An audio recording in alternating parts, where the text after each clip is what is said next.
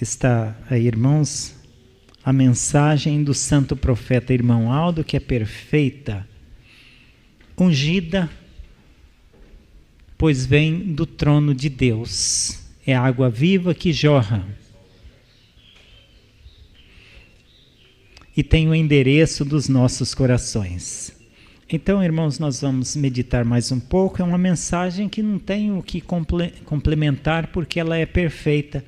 Mas vamos fazer mais alguns comentários em relação a esta mensagem, que tem como título o batismo como parte da justiça divina. Então vamos meditar, irmãos, por que o batismo faz parte da justiça divina. Então o santo irmão Aldo aqui dá a resposta, porque foi instituído por Jesus Cristo como condição necessária para a salvação.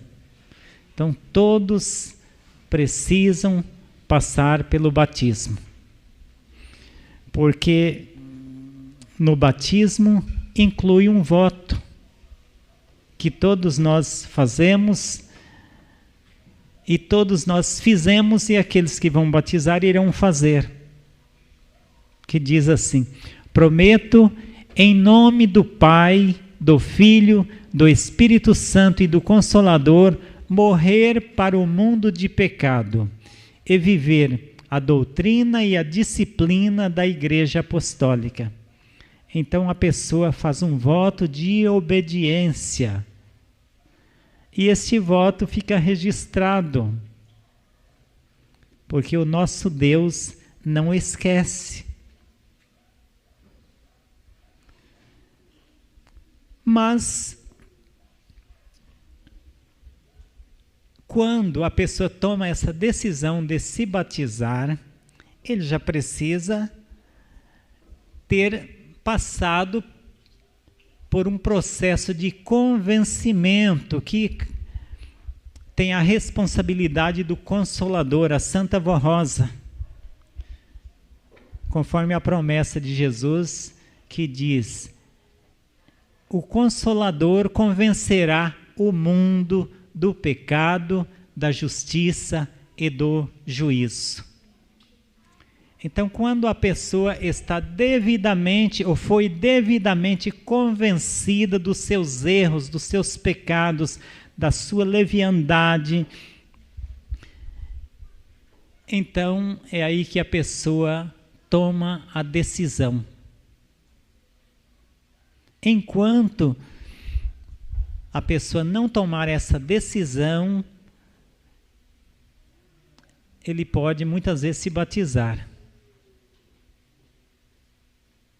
Mas se o batismo não foi verdadeiro, então é onde a pessoa às vezes batiza sem compromisso de nada e acaba se afastando da igreja novamente. Ou seja, porque o batismo trata-se de um sepultamento. Isto é, a pessoa sepulta todo o seu passado de pecado, ele fica sepultado nas águas. Então dali em diante a pessoa levanta como uma nova criatura, limpa, pura. Mas se a pessoa não for sincera em seu voto, ocorre que ele acaba novamente ressuscitando o morto que ficou nas águas. Então ele ressuscita aquele morto e passa a reviver novamente a sua vida leviana de pecados que outrora vivia. Então, por isso, irmãos, conforme São Pedro, em Atos dos Apóstolos, no capítulo 3, no verso 19, São Pedro pregando a uma multidão imensa que lhe estava ouvindo, ele proferiu estas palavras: arrependei-vos, pois, e convertei-vos, para que sejam apagados os vossos pecados. Virão assim da parte do Senhor os tempos do refrigério pela presença do Senhor. Então, o arrependimento, irmãos, significa sentir tristeza pelo erro cometido, e decidir no coração nunca mais pecar novamente. São Paulo fala a esse respeito dessa tristeza que a pessoa sente quando se arrepende. Ele diz na segunda carta aos Coríntios: porque a tristeza que é segundo Deus produz uma obra de arrependimento para a salvação, mas a tristeza do mundo produz morte. Porque o pecado é que produz angústia, uma tristeza que leva a pessoa à morte do espírito. Mas a tristeza segundo Deus, que é o arrependimento, a pessoa se contrista diante de Deus, porque não se conforma mais com a vida que levara no seu passado, e faz a promessa divina de não mais viver no pecado. Então, depois desse convencimento, que a pessoa foi convencida dos seus erros, a pessoa se arrependeu, então é onde a pessoa se converte, passa por uma conversão verdadeira, que significa mudar a direção da sua vida, voltando-se para o caminho de Deus, que é o caminho da verdade, o caminho do bem. E também acontece na vida da pessoa o perdão divino, que significa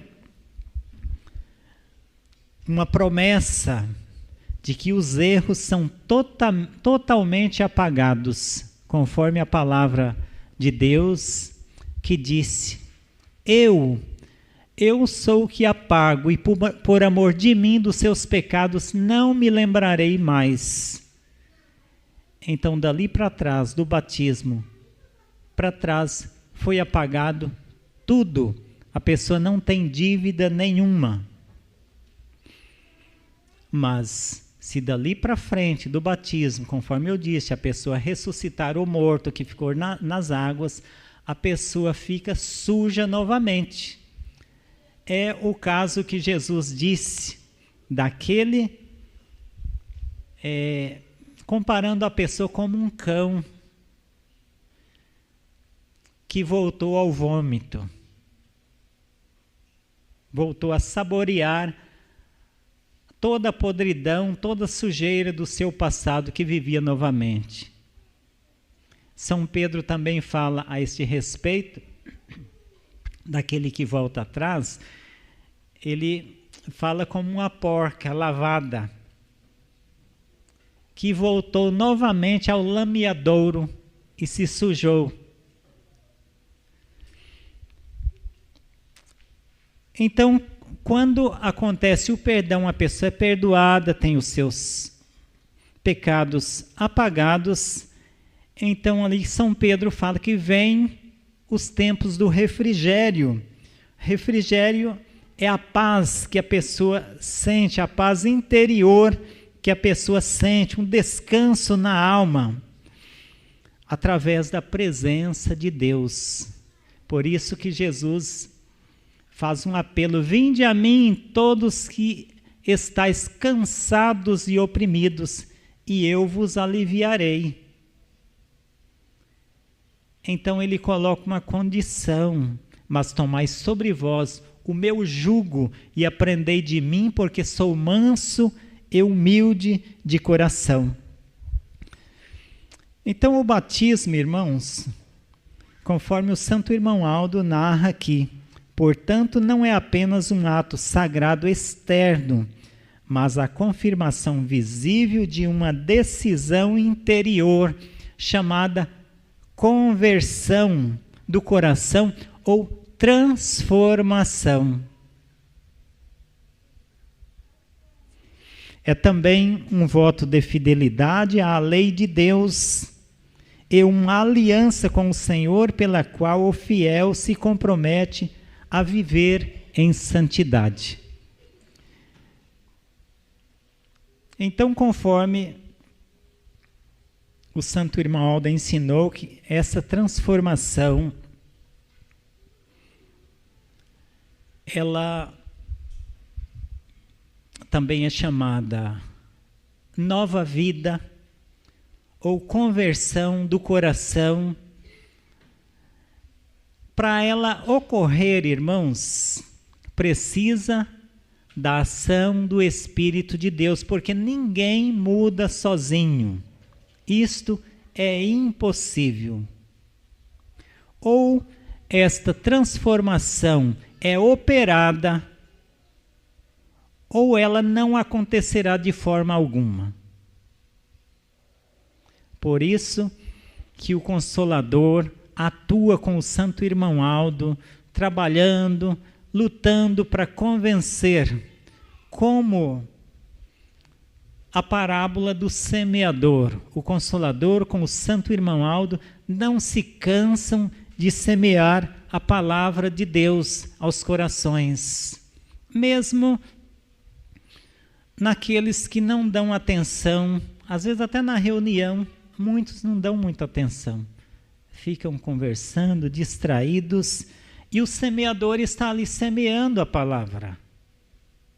Então, por isso que Jesus fala que o semeador muitas vezes semeia a semente à beira do caminho. Porque a pessoa não está ouvindo, não está prestando atenção, então cai à beira do caminho. E aquela semente que foi lançada é roubada, a pessoa não soube aproveitar. Mas mesmo assim, o semeador é paciente, é perseverante, ele continua trabalhando.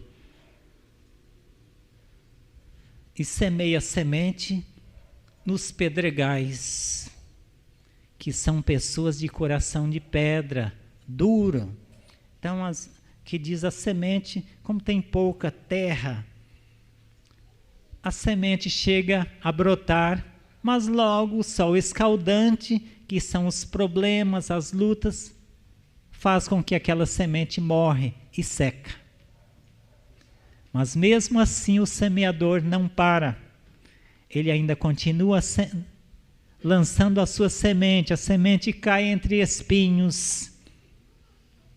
Muitas pessoas ficam só preocupadas com os bens terrenos, as riquezas, com ganhar mais dinheiro. E esta semente é sufocada. Ela não chega nem a brotar. E o semeador vai semeando, sempre semeando, e cai em terreno bom, terreno fértil, que são um coração humilde. Então, o coração humilde é um terreno fértil. São aqueles que estão atentos a ouvir toda palavra que vem de Deus, que vem do trono de Deus. Ele vai guardando no seu coração. E esta palavra vai transformando a pessoa, o coração da pessoa, vai tornando a pessoa mais sábia a cada dia. Enquanto que aquele que está à beira do caminho, a semente, aquele de coração de pedra, aquele de um coração, vamos dizer, espinhoso, cheio de espinhos, ele não consegue aproveitar nada. Por quê? Porque essas pessoas de coração duro é porque são dominadas por um sentimento maligno chamado orgulho. Não insista com uma pessoa orgulhosa em querer mudar alguém que é orgulhoso. Porque é aquele que diz, eu já sei tudo, eu vou na igreja, eu já sei tudo, mas ele não muda nunca. Quando vem a palavra falando com o seu sentimento, mexendo com o seu orgulho, o orgulho tapa o ouvido da pessoa. Ele não quer ouvir, não gosta de conselho. Ao contrário, o orgulhoso, ele se rebela contra quem quer instruí-lo, contra aquele que quer mudá-lo. Então não tem jeito, pessoas orgulhosas, porque o orgulho é o sentimento que o maligno ele tem, é o que ele mais tem em abundância. E na sombra do orgulho não brota nada que presta, só ruína, perdição e condenação. Por isso que a mensagem é direcionada aos humildes de coração, porque somente os humildes estão atentos a ouvir a palavra de Deus. Os humildes têm gosto pela correção, enquanto que os orgulhosos não suportam ser corrigidos. Por isso a palavra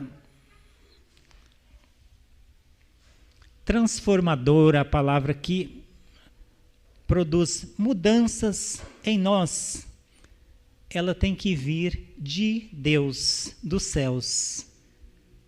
Ela vem da fonte viva do amor de Deus. Então esta mensagem ela é capaz de entrar em nosso coração e transformar-nos, conforme a palavra de São Paulo, falando a respeito de transformação. Porque para que uma pessoa seja transformada, irmãos, é necessário alguns elementos, que é a renovação da mente, o arrependimento verdadeiro, a ação do Espírito Santo. A pessoa precisa render-se à fé apostólica. Também é necessário meditação constante e prática da doutrina, e humildade e oração. Então, São Paulo, ele falando a este respeito, em Romanos, no capítulo 12, no verso 2, ele diz: e não vos conformeis com este mundo, mas transformai-vos pela renovação da vossa mente, para que experimenteis qual seja a boa, agradável e perfeita vontade de Deus. Então ele fala, não vos conformeis com este mundo. Por quê? O mundo, irmãos, é uma forma maligna. E todos que estão nesta forma são chamados pecadores. É uma forma onde todos têm a mesma característica. São orgulhosos, briguentos, viciados, arrogantes, prepotentes, autossuficientes.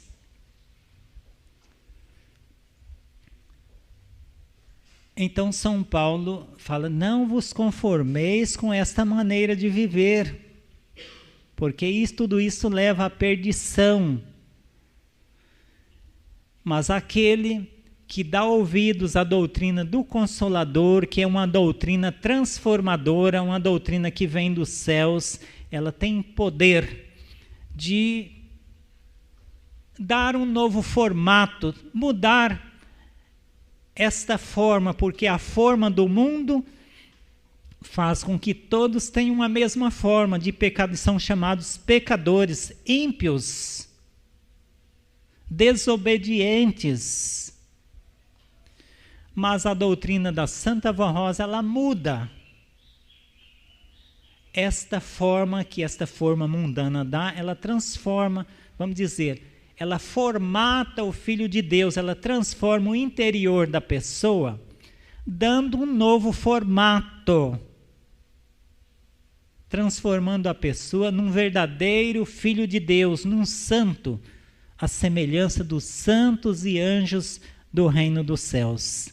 Então, por isso que São Paulo fala, não vos conformeis com este mundo, mas transformai-vos pela renovação da vossa mente. Nós precisamos ter uma mente transformada e renovada, pensarmos como o reino dos céus pensa, como Deus pensa, que é conforme a sua doutrina, porque no reino dos céus consiste em virtudes. Então nós precisamos buscar as virtudes de Deus, que é o amor, a bondade, a mansidão, a humildade. Estes são os frutos do Espírito. São virtudes que são diferentes de sentimentos. O mundo, ele enche as pessoas de orgulho, de maldade, de vícios. Todos esses são sentimentos maus que corrompem a pessoa e leva somente para a perdição. E o orgulho, ele enche a pessoa de ressentimentos, de ódio, de amargura, de tristeza, de sede de vingança, de retaliação, enquanto que o amor de Deus, ele nos dá a capacidade de termos uma visão ampla, de enxergarmos a miséria das pessoas, de termos compaixão, de termos misericórdia, ou seja, colocarmos o nosso coração em cima da miséria do que sofre. Então, este ensino de São Paulo é muito belo. Então, ele disse: transformai-vos pela renovação da vossa mente. Para quê? Porque somente tendo esta mente transformada é que nós podemos experimentar qual seja a boa, perfeita, agradável vontade de Deus. Que estas palavras fiquem em vossos corações, e eu agradeço-lhes pela oportunidade de estar aqui nesse final de semana. Eu convido, por gentileza, os que estão sentados para que se coloquem em pé.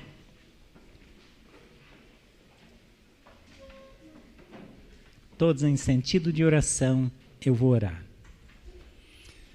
Santíssima e bendita Vó Rosa, nós te agradecemos pela tua presença entre nós, pelo domínio do teu poder, dos teus ensinos sobre as nossas vidas, que nos dá força, coragem para lutarmos, para perseverarmos na justiça, na obediência, porque a Senhora nos deu a condição de sermos pessoas livres, de fazermos escolhas perfeitas, de vivermos a liberdade na obediência, porque a Senhora não nos obriga a nada, nós obedecemos porque amamos.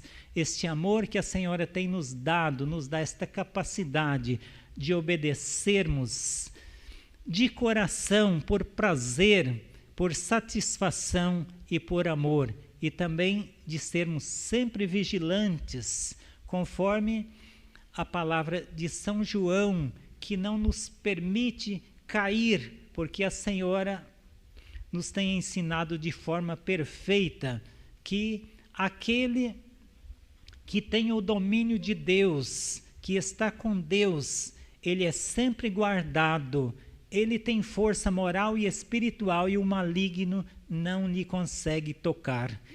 E nós agradecemos a Senhora, porque a Senhora tem nos dado ensinos perfeitos, transformadores, para que sejamos a cada dia pessoas melhores, pessoas com mentes abertas para fazer o bem, para enxergar a verdade do reino dos céus, com um discernimento perfeito em relação ao bem e ao mal.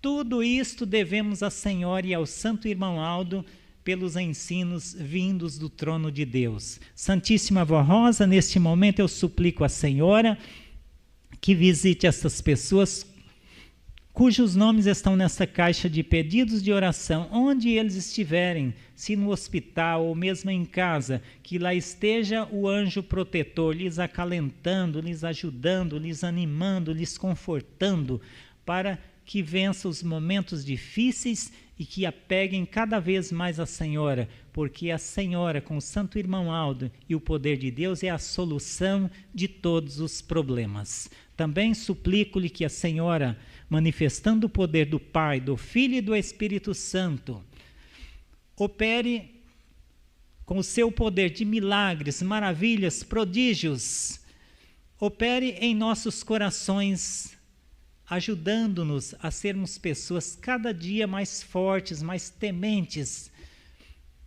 mais determinadas a fazer a vontade de Deus, a buscar a glória de Deus em tudo que fizermos em nossa vida. E nós somos gratos à Senhora, porque a Senhora sempre ouve as nossas orações. E eu suplico, e neste momento que derramam do alto céus a bênção sobre nós, e recebam, ó queridos irmãos e irmãs, a bênção do Pai, do Filho, do Espírito Santo, de Maria Santíssima, da Santa Vó Rosa e do Santo Irmão Aldo. Vão em paz, e que a Santa Vó Rosa e o Santo Irmão Aldo esteja no coração de todos. Amém. A paz do Senhor a todos e até uma outra oportunidade.